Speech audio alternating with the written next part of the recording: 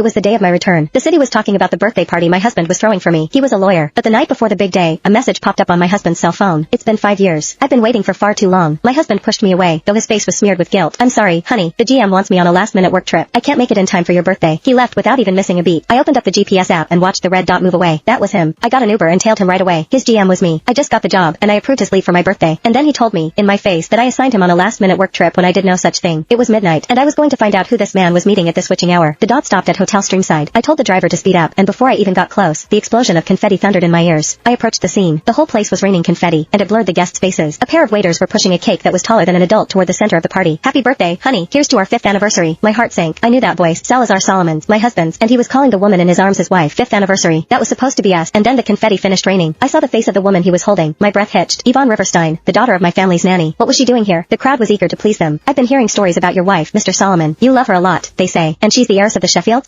She certainly looks the part. Yeah, childhood friends too. You guys are made for each other. Yvonne was not the heiress to the Sheffield. I did not have any sisters out there. Yes, she was Salazar's childhood friend, because her mother used to be the Solomons' nanny. However, they fired her because Salazar took a liking to Yvonne. My family took them in when they had nowhere else to go. Like kindness, curse it, told me to get Yvonne a job at the law firm. It was only an errand girl job, but she was well paid. Then, I had to leave the city for a couple of weeks. Then, my whole world had changed. Yvonne became the heiress to my family and was Salazar's wife, or so everyone believed. Thanks to Ms. Sheffield, Solomon and Company has gotten its hands on many cases. Millions of dollars of them. You're a lucky man, Mr. Solomon. Salazar and Yvonne shared a blissful smile. They were just like the perfect couple from a romance novel. I was just dying to give them my rotten blessings. Yvonne was holding Salazar's hand. Her face was red as an apple. I grew up with Solomon. I've been in love with him my whole life. Him as well. But we never made it public because he didn't want the media to disturb me. With a smile, Salazar nodded. The guests nodded as well, as if realization had just struck them. And I smiled too. No wonder Salazar never wanted me to show myself. Even at his law firm, he never told anyone I was his wife. He wanted Yvonne to cut off her ties with her old self and steal my place. He would have her steal my birthday just to make sure everyone thought she was the heiress of my family. Well, if he loved her so much, who was I to say no? Guess I was getting a divorce. Then, I slowly approached them. Then Salazar wrapped his arm around Yvonne's back. He blabbered, that aside, her family does not encourage their daughters to show themselves in front of the world too much. My voice crashed the party, loud and clear. I never knew that was part of my family's rules. Salazar, and when'd you get a new wife behind me? You never told me anything. Salazar let go of Yvonne without even thinking. His soul left his body, and all the color drained from his face. It was a sickly green now. I strode forth and grabbed the wine he was holding. The next thing he knew, the content of the glass was splashed all over his face. Work trip, huh? A trip to another woman's embrace?